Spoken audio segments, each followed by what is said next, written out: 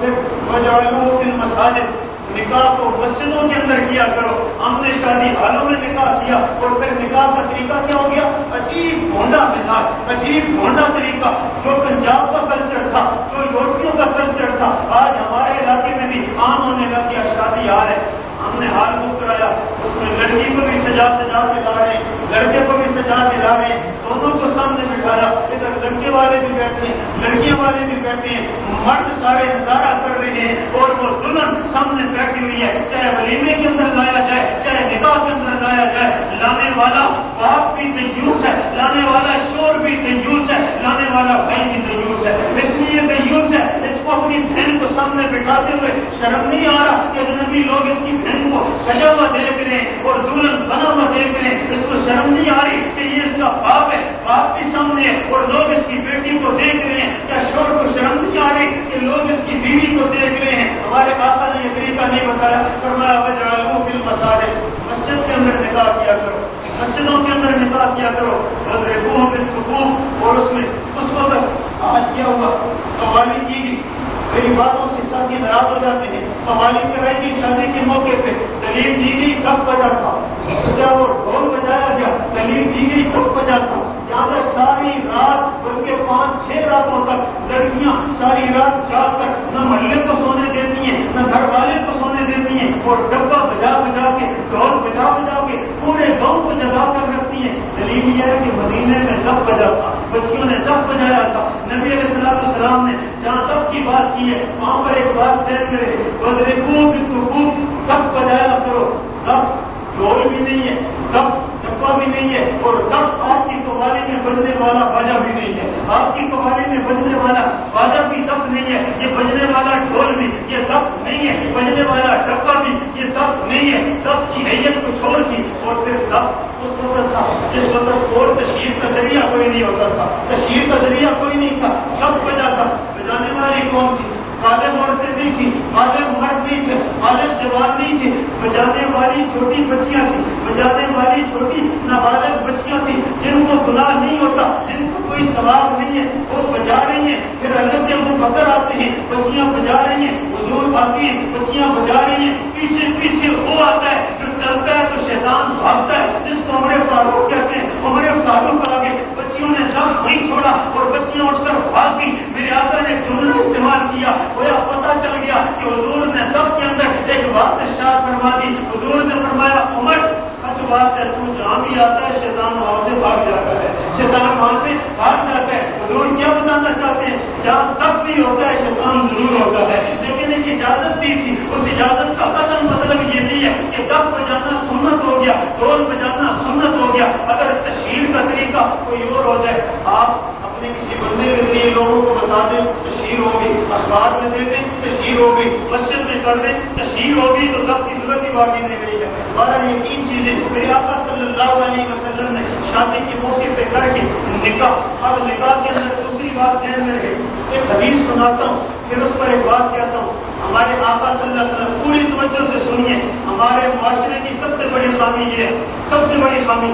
میں ناراض نہ ہوں، ایک ساتھی سے کہتا ہوں جس ساتھی کے بارے میں مشہور ہے کہ وہ زانی ہے. میں مثال دیتا ہوں، ایک آدمی کے بارے میں مشہور ہو کہ وہ زانی ہے، اس کو کوئی آدمی زانی کہہ دے، وہ آگے سے تھپڑ مارے گا، ناراض ہوگا، تو نے مجھے گالی دی ہے. لیکن میرے آقا ایک آدمی کو زانی کہہ رہے، بتاؤ رسول اللہ کا زانی کہا وہ یقینی زانی ہوگا؟ یقینی. میرے آقا نے ایک آدمی کو زانی کہا. توجہ، میرے آقا نے فرمایا جو آدمی تھوڑے یا زیادہ مار پہ نکاح کرے، تھوڑے یا زیادہ مار پہ نکاح کرے اور مار رکھتے ہوئے یہ ارادہ ہو کہ نہ دینا ہے نہ لینا ہے. میں صحیح حدیث کا ترجمہ کر رہا ہوں، خدا اس حدیث کو ذہن میں جب دینا. میرے آقا نے فرمایا جو آدمی تھوڑے یا زیادہ مار پہ نکاح کرے اور نکاح کا مار رکھتے ہوئے یہ ارادہ دل میں ہو کہ نہ دینا ہے نہ لینا ہے، ہم نے ویسے رکھ لیا ہے. حضور نے فرمایا یہ قیامت کے دن اٹھے گا، اللہ اسے زانیوں کی فہرست میں کھڑا کریں گے، اللہ اس کو زانیوں کی قطار میں کھڑا کریں گے. جس نے مار رکھا ہے، چاہے 200 روپیہ رکھا ہے، چاہے 2 لاکھ روپیہ رکھا ہے، چاہے 10 تولے سونا رکھا ہے، لیکن رکھتے ہوئے ارادہ یہ لکھ دو نہیں 10 تولے سونا، کس نے دینا اور کس نے لینا. جب یہ ارادہ میرے آقا فرما رہے ہیں یہ ایسا نیت رکھنے والا زانی ہے، زانی ہے، زانی ہے. قیامت کے دن اس کو زانیوں کی فہرست میں کھڑا کیا جائے گا. اب میں چشمہ نہیں لگاتا، ہر ایک اپنے گریبان میں جھانک لے کس نے نکاح کس نیت سے کی ہے، کس نے آج تک مار دے دیا ہے اور کس نے ٹال مٹول کا رستہ اختیار کیا ہے۔ میں تو ایک بات ساتھ سے دیتا ہوں، ہمارے ہم نکاح کا مار کا تصور یہ ہے کہ مار اس وقت دیا جاتا ہے جس وقت جدائیاں ہوتی ہیں، جس وقت جدائیاں ہوتی ہیں، ورنہ تو مار دینے کی چیز ہی نہیں ہے۔ حالانکہ مار شادی کے ساتھ اور پہلی زفاف کی شرط کے بعد مار پختہ ہو جاتا ہے۔ اب چاہے وہ طلاق دے چاہے عورت طلاق لے، لیکن جب مار پختہ ہو گیا تو مار اس کا حق بن گیا ہے۔ اب کسی طرح سے اس مار کو کم کرنا، اس مار کو ختم کرنا اور اس مار پہ کمپرومائز کرنا یہ غلط ہے، اور رسول اللہ فرمایا یہ آدمی زانی ہے، یہ آدمی زانی ہے۔ ہمارے یہاں ہوتا کیا ہے، زمین لکھی ہے، عورت کے لیے جو چیزیں لکھی ہوتی ہیں ان پہ بہت زیادہ لوگ جو ہے وہ جرگے بیٹھاتے ہیں۔ شادی پہ اس نے 10 لاکھ روپیہ لگایا، اس پہ کوئی مسئلہ نہیں ہے۔ اس نے لائٹن پہ 5 لاکھ روپیہ لگا دیا، اس پہ کوئی مسئلہ نہیں ہے۔ اور 1 تولہ سونا ہے نا، اس پر جرگا بیٹھ جائے گا، اس پر جرگا بیٹھ جائے گا۔ لڑکی کو اگر 1 کمرہ لکھ کے دیا ہوا ہے اس پہ جرگا بٹھائیں گے، وہ بھائی لکھ کر تو دے دیتے ہیں، دیتا کون ہے؟ لکھ کر تو دے دیتے ہیں، نکاح فارموں میں لکھنا تو کوئی نہیں ہوتا جی، دیتا کون ہے؟ ہاں، جو نہیں دیتا وہ زانی ہوتا ہے، جو مار نہیں دیتا وہ زانی ہوتا ہے، جو خالی زبان پر دیتا ہے کہ 2 مرلے زمین میں نے لکھ کر دے دی ہے، 2 کنال جگہ میں نے لکھ کر دے دی ہے۔ اگر تصور یہ ہو کہ دینا لینا کس کا ہے، میرے آقا فرما رہے ہیں زانی ہے، آقا فرما رہے ہیں۔ اور جرگے بیٹھتے ہیں صرف اس لیے کہ نماز کا فیصلہ کرو۔ لکھا ہوا ہے کہ یہ 10 تولے سونا، لیکن اس وقت 10 تولے سونا تو آیا تھا جی صرف 1 لاکھ روپے، اور آج تو یہ 10 تولے سونا جو ہے وہ 5-6 لاکھ روپے کا۔ اور یہ تو نہیں ہو سکتا، یہ ڈنڈی مارے گا، یہ مفتی کے پاس آئے گا اور سوال کو اس انداز میں پیش کرے گا کہ مفتی بھی یہ جواب دینے پہ مجبور ہو جائے کہ آپ صرف 1 لاکھ روپیہ دے دیں، بچوں چھوٹ جائے گی۔ اس طرح سوال بنا کے پیش کرے گا کہ مفتی کو یہ سمجھتے ہوئے بھی فرق لگے گا اور یہ بات بتاتے ہوئے بھی فرق لگے گا۔ مفتی غلطی سے یہ کہہ دے گا کہ ہاں آپ نے 10 تولے سونا نہیں دینا، آپ نے پیسے دینے ہیں۔ جب نکاح فارم دیکھا جائے گا تو اس پر تو زمین آسمان کا فرق ہوگا، اس پر آگے پیچھے ہوگا، لکھا ہوا ہوتا ہے۔ میں نے عرض کیا جو چیز آپ نے لکھ دی ہے وہ دینی ہے اور وہ پختہ ہو گئی ہے، اور جس کا ارادہ یہ ہو کو نہیں دینا، اور کس نے دینا کس نے لینا۔ بلکہ ایک بات اور کہتا ہوں، حضرت مولانا مفتی رشید احمد صاحب نے یہ بات لکھی، فرمایا آج کے دور میں یہ بات ہوتی ہے کہ بہن نے میراث معاف کر دی ہے، بہن نے کہا میں میراث نہیں لیتی، اور بیوی نے مار معاف کر دی ہے۔ بعض ہمارے معاشرے کے انتہائی غلیظ قسم کے لوگ وہ ہوتے ہیں جو پہلی رات لڑکی سے باقاعدہ بخشواتے ہیں، باقاعدہ بخشواتے ہیں کہ تم مجھے مار بخش دے، تم مجھے مار بخش دے۔ اس سے میں عرض کرتا ہوں بیوی سے مار بخشوانے کی بجائے روڈ پہ بیٹھ کر بھیک مانگنے والا بہتر ہوتا ہے۔ خدا کی قسم، روڈ پہ اور چوک پہ بیٹھ کر بھیک مانگنے والا زیادہ بہتر ہوتا ہے بیوی سے مار بخشوانے والا۔ یہ بھی کوئی بات ہے، آپ شادی پہ اور کوئی خرچہ شریعت نے نہیں رکھا ہے، شادی پہ اور کوئی چیز شریعت نے نہیں رکھی ہے، ایک مار ہی مار رکھا ہے، اور وہ بھی تو بخشوانے بیٹھ گیا ہے۔ تم نے اور بھی کوئی چیز بخشوائی ہے؟ تم نے کبھی کسی لائٹن والے سے جا کے کہا ہے مجھے بخش دے اور میری شادی پہ لائٹن مفت لگا دے؟ تم نے بیوی کو کمزور سمجھا اور اس سے مار بخشوانے، اور پھر بیوی بھی بخشتی ہے، ہاں میں نے بخش دیا۔ کیوں بخش دیا؟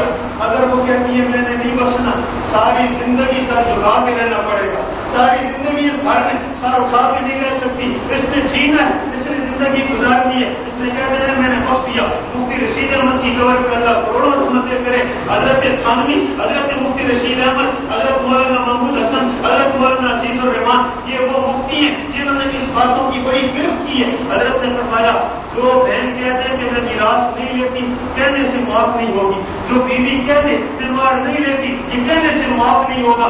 ایک صورت ہے معاف کرنے کی، آپ بہن کے نام پر زمین کا انتقال بنوائیں، آپ بہن کو میراث کا حصہ اس کے ہاتھ پہ دیں اور وہ لے کر واپس کر دے کہ میرے بھائی میں تو آپ کو واپس کرتی ہوں، یہ معافی کا طریقہ ہے۔ آپ جو زیور دے رہے ہیں، آپ جو پیسہ دے رہے ہیں، وہ پیسہ آپ بیوی کی ہتھیلی پہ رکھیں اور یہی آپ کا حق ہے، آئندہ میرا اس کے ساتھ کوئی تعلق نہیں ہے، آپ کی چیز ہے۔ اب وہ بیوی اپنی خوشی سے آپ کو واپس کرتی ہے کہ یہ معافی ہے، یہ معافی ہے، یہ طریقہ ہے۔ لیکن یہ کیا ہوا، میں نے پوچھا تمہیں لینا ہے، جب یہ میں نے نہیں لینا بس معاف ہو گیا۔ میں نے بہن سے پوچھا تو زمین لے گی، کہا نہیں میں نے نہیں لینی ہے، یہ معاف ہو گیا۔ اس معافی کو معافی نہیں کہتے ہیں، اس معافی کو معافی نہیں کہا جائے گا۔ اللہ میں سمجھ عطا فرمائے۔ یہیں پر میں ایک بات اور کہتا ہوں، جس وقت مار رکھا جاتا ہے نکاح فارم کے اندر 2 اصطلاحیں ہوتی ہیں، 2 اصطلاحیں ہوتی ہیں، عموماً ہم یہ اصطلاح استعمال کرتے ہیں، اکثر لوگوں کی سمجھ میں نہیں آتا۔ ایک ہوتا ہے مال معجل، معجل. مار معجل کا مطلب ہے عین کے ساتھ معجل. اس کا معنی یہ فوری ادا شدہ جو شادی کے موقع پہ ادا کیا یہ مار معجل ہے. اور مار معجل حمزہ کے ساتھ اس کو کہتے ہیں جو بعد میں عدت طلب ادا کیا جائے گا. جب بھی عورت مطالبہ کرے گی اس کو ادا کیا جائے گا. مطالبہ نہ کرے تو کم از کم جدائی کے وقت تو ضرور ادا کیا جائے گا. ہمارے یہاں اصطلاح غلط ہوگی. لوگوں نے یہ سمجھا کہ مار معجل کا معنی یہی ہے کہ طلاق ہو تو دینا پڑے, طلاق نہ ہو تو نہیں دینا پڑے, طلاق ہو تو دینا پڑے, طلاق نہ دو تو نہ دینا پڑے. اس کو مار معجل کہتے ہیں. نہیں, یہ نہیں, بلکہ مار معجل کا مطلب شادی کے موقع پہ ادا کر دیا جائے. اس کو مار معجل کہتے ہیں عین کے ساتھ. اور اگر شادی کے موقع پہ ادا نہ کیا جائے, لکھ دیا جائے, جب لڑکی مطالبہ کرے اس کو ادا کرنا ضروری ہو, اس کو کہتے ہیں مار معجل. حمزہ کے ساتھ اجل وحلت کے ساتھ ان دونوں ماروں کا ادا کرنا ضروری ہے. اور ان دونوں ماروں کا کوئی تعلق طلاق کے ساتھ بھی نہیں ہے, خلا کے ساتھ بھی نہیں ہے, جدائی کے ساتھ بھی نہیں ہے. دونوں جو ہے وہ پہلی شب کے ساتھ لازم ہوگی. اب لڑکی طلب نہیں کرتی تو اس کا ضرب ہے, لیکن ادا کرنا چھوڑ کے ذمہ لازم ہے. دو چیزیں ہوگی. پہلی چیز منگنی کا طریقہ میں نے بتا دیا. دوسری چیز نکاح کا طریقہ مسجد کے اندر ادا کرنا اور مسجد کے اندر اعلانیہ طور پہ اس نکاح کو پڑھنا, یہ میں نے بتا دیا. تیسری چیز ہے مہر. چوتھی چیز مہر کی ادائیگی کے بعد رخصتی کا طریقہ اور رخصتی کر کے ولیمہ ہے. یہ چار چیزیں آپ کو رسول اللہ کی شادی میں ملے گی. اب مہر رسول اللہ کا کتنا ہوا اور رسول اللہ کی بیویوں کا, میں دو قسم کا مہر ذکر کرتا ہوں. اسی کے دائرے میں آج مہر رکھا جا سکتا ہے. حضور کی ایک بیوی ہے جس کا مہر ہے 500 درہم, اور حضور کی ایک بیوی ہے جو سردار کی بیٹی ہے, بڑے خاندان کی عورت ہے, امیر معاویہ کی بہن ہے, ابو سفیان کی بیٹی ہے. میں ساتھیوں سے عرض کرتا ہوں, جس وقت ہم خدا کی قسم ابو سفیان کا نام لیتے ہیں ہمارا ایمان تازہ ہوتا ہے. اس لیے اس سردار کو رب ذوالجلال نے کفر کے اندر کافروں کا نمائندہ بنایا, لیکن جس وقت مسلمان ہوا تو رب ذوالجلال نے اس سردار کو اتنا اونچا کر دیا. اس کی بیٹی کا نکاح بھی شاہانہ ہو رہا ہے, اس کے بیٹے کے لیے بھی دعائیں شاہانہ ہو رہی ہیں, اس کے اپنے لیے بھی رسول اللہ کے فرمودات شاہانہ ہو رہے ہیں. بیت اللہ کے مقام کے برابر اس کے گھر کا مقام بن رہا ہے. اس ابو سفیان کی بیٹی ہے, حبیبہ اس کا نام ہے. حبیبہ کا نکاح عبید اللہ بن جاش کے ساتھ, کے ساتھ یہ بیوی حبیبہ دونوں ہجرت کرتے ہیں حبشہ کی طرف. حبشہ جا کے اللہ کی تقسیم ہے, عبید اللہ بن جاش نے عیسائیت اختیار کر لی, اسلام کو چھوڑ دیا, مرتد ہو گیا نا. اللہ جس کو بگاڑنا چاہے, جس کو بنانا چاہے. عبید اللہ بن جاش مرتد ہو گیا, عیسائی ہو گیا. عیسائی ہو کے اتنی شراب پی کہ شراب میں مدہوش ہو کے اسی شراب کے نشے میں مر گیا. اسی شراب کے نشے میں حبشہ میں مر گیا. نبی علیہ السلام کو اطلاع ملی کہ حبیبہ ابو سفیان کی بیٹی ہے, امیر معاویہ کی بہن ہے, بڑے خاندان کی ہے, اور جس شور سے نکاح کیا تھا اس شور نے اس کے ساتھ بے وفائی کی. اگر یہ چاہتی اپنے شور کی طرح یہ بھی عیسائی ہو جاتی نا, اگر یہ چاہتی شور کے ساتھ یہ بھی عیسائی ہو جاتی. نہ والد ہے, نہ مکہ ہے, نہ بھائی ہے, نہ خاندان ہے, پردیش میں اکیلی عورت ہے, شور عیسائی ہو گیا. اس عورت نے کہا تو عیسائی ہوتا ہے ہو جا, میں پردیش کے اندر اکیلی رہوں گی, اسلام کو نہیں چھوڑوں گی, اسلام تو نہیں چھوڑوں گی. اسلام تو نہیں چھوڑا. میرے آقا کو جب یہ پیغام ملا تو رسول اللہ صلی اللہ علیہ وسلم نے حبشے کے بادشاہ نجاشی کو پیغام دیا, فرمایا کہ میرا نکاح ابو سفیان کی بیٹی کے ساتھ وکیل بن کے کر دو. نجاشی بھی مسلمان ہے, اس نے اپنے بادشاہ کے صدارتی ہاؤس کے اندر مسلمانوں کو بھی بلایا, عیسائیوں کو بھی بلایا, اپنے وزیروں مشیروں کو بھی بلایا, اور بلا کر اس نے کہا میں نکاح پڑھتا ہوں, میں محمد کا وکیل ہوں. حبیبہ کا نکاح اور حبیبہ کا وکیل بنا حضرت سعید بن العاص رضی اللہ تعالی عنہ, ان کی وکالت میں نجاشی حضور کا وکیل ہے. ایجاب و قبول ہوتا ہے, اور حضور کی بیویوں میں سب سے زیادہ معاش حبیبہ کا رکھا گیا. رکھنے والا نجاشی تھا. کہنے لگا میں 100 درہم رکھوں, میری شان کے خلاف ہے. میں 1000 درہم رکھوں, میرے شان کے خلاف ہے. جاؤ, میں سب سے زیادہ مال رکھتا ہوں. 4000 دینار مال رکھا. 4000 دینار, اور 1 دینار 100 درہم کا ہوتا ہے. 1 دینار 100 درہم کا ہوتا ہے. 4000 دینار مہر نجاشی نے رکھا. اور نکاح پڑھانے کے بعد نجاشی نے لوگوں سے کہا اٹھنا نہیں ہے, میں نے محمد کے نائب کی حیثیت سے تمہاری دعوت کی ہے, محمد کی طرف سے ولیمہ میں دوں گا. نکاح ہو دعوت چلائی، سارے دعوت کھا کے چلے گئے۔ اس سے پتہ چلا 3 چیزیں ہوگی، منگنی، نکاح، اور نکاح کے بعد کیا وہ مہر کے بعد 4تھی چیز ہے ولیمہ۔ رسول اللہ صلی اللہ علیہ وسلم نے ولیمہ کیا۔ اس ولیمے پہ آتے ہیں کہ ولیمہ حضور نے اپنی بیویوں کا زیادہ سے زیادہ کتنا کیا، کم سے کم کتنا کیا؟ صحابی رسول کہتے ہیں حضور نے اپنی ساری بیویوں کا اتنا زیادہ ولیمہ نہیں کیا جتنا ولیمہ اپنی بیوی زینب بنت جاش کا کیا، زینب بنت جاش کا۔ اچھا، صحابی سے ہم پوچھتے ہیں یہ ولیمہ 10 دیگوں کی صورت میں تھا، یہ ولیمہ 1 اونٹ کی صورت میں تھا؟ وہ نبی وہ نبی جو حج کرتا ہے، اپنا آخری اور پہلا حج کرتا ہے، اس حج کے موقع پہ وہ نبی اپنے ذاتی پیسے سے 100 اونٹ ذبح کرتا ہے، 100 اونٹ قربانی میں ذبح کرنے والا نبی سب سے بڑی دعوت ولیمہ جو کرتا ہے، صحابی کہتا ہے 1 بکری ذبح کرتے تھے، 1 بکری۔ زینب بنت جاش، میرے الفاظ پہ پھر غور کرنا، صحابی کہتا ہے اپنی ساری بیویوں پر حضور نے اتنا بڑا ولیمہ نہیں کیا جتنا بڑا ولیمہ زینب بنت جاش پہ کیا۔ اور زینب بنت جاش پہ کتنا ولیمہ کیا؟ 1 بکری کا ولیمہ کیا۔ گویا پتہ یہ چلا ہم قربانیاں چھوڑ دیتے ہیں، بیٹے کی شادی کرنی ہے، ہم حج چھوڑ دیتے ہیں، بیٹے کی شادی کرنی ہے، ہم نے فرائض چھوڑ دیتے ہیں، بیٹے کی شادی کرنی ہے، اور بیٹے کی شادی پہ ہم 2 ڈنگر ذبح کرتے ہیں، 50 دیگیں پکاتے ہیں، اور حج کا موقع آتا ہے کہتے ہیں حج نہیں کر سکتے، شادی پہ پیسہ لگا دیے، ہم قربانی نہیں کر سکتے، شادی پہ پیسہ لگا دیے۔ ہمارے نبی کا طرز عمل یہ ہے، حج کے موقع پہ 100 اونٹ ذبح کرتے ہیں اور شادی کے موقع پہ 1 بکری ذبح کرتے ہیں۔ یہ فرق تو ہونا چاہیے نا، یہ فرق کی فرق ہے۔ صحابی کہتے ہیں 1 بیوی کی شادی پہ رسول اللہ نے کہا تم یہ کرو کہ اپنے اپنے کھانے لاؤ، میرے خیمے میں بیٹھ کے کھانا کھا لو، یہی ولیمہ ہو گیا ہے۔ اپنے اپنے کھانے صحابہ لائے، بیٹھ کے کھا لیا۔ 1 بیوی کی ولیمے پر رسول اللہ نے کھجور پیش کی، وہ کھجوروں پہ ولیمہ ہو سکتا ہے، چائے کی پیالی پہ ولیمہ ہو سکتا ہے، روٹی پہ ولیمہ ہو سکتا ہے، لیکن کھانا اتنا جتنی وسعت ہو۔ اچھا، جب وسعت سے زیادہ کھانا کھائیں گے، میں رسومات پہ نہیں جا سکتا، وقت بہت ہو گیا، انشاءاللہ اگلے جمعے ہم رسومات کو چھیڑیں گے۔ انشاءاللہ ان رسومات کو 4 چیزیں میں نے ذکر کر دی ہیں۔ نبوی شادی، سنت شادی میں صرف 4 چیزیں، منگنی جو اصول کے مطابق ہے، منگنی کے اندر کیا رسمیں انشاءاللہ ہم چھیڑیں گے، نکاح کے اندر کیا رسمیں انشاءاللہ ہم اس کو چھیڑیں گے، مہر کے اندر کیا رسمیں ہم انشاءاللہ ظلم اس کو چھیڑیں گے، ولیمے کے اندر کیا رسمیں ان کو ہم چھیڑیں گے۔ اور خدا کی قسم رسمیں گرنا شروع کر دیں، 100 کا عدد بھی پیچھے رہ جاتا ہے، رسمیں آگے بڑھ جاتی ہیں۔ شادی کی میں نے عرض کیا تھا 2 جمعے پہلے کہ معاملات میں سب سے زیادہ آسان معاملہ شادی کا ہے، نکاح کا ہے، اور آج سب سے زیادہ مشکل شادی ہو گئی ہے، سب سے زیادہ مشکل شادی ہے۔ اس پر ایک بات صاف کرتا ہوں، بس یہ ختم کرتے ہیں۔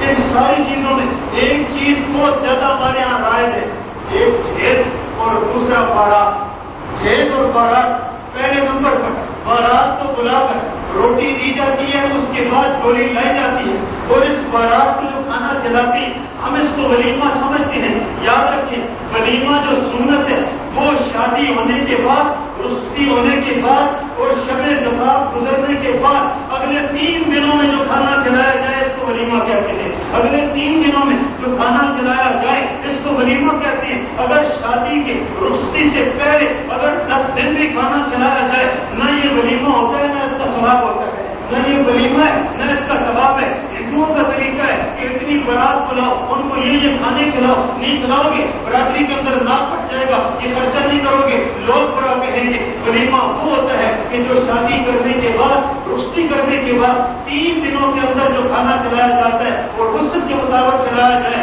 اس کو ولیمہ کہتے ہیں۔ اللہ مجھے آپ کو اپنے معاملات سنت کے مطابق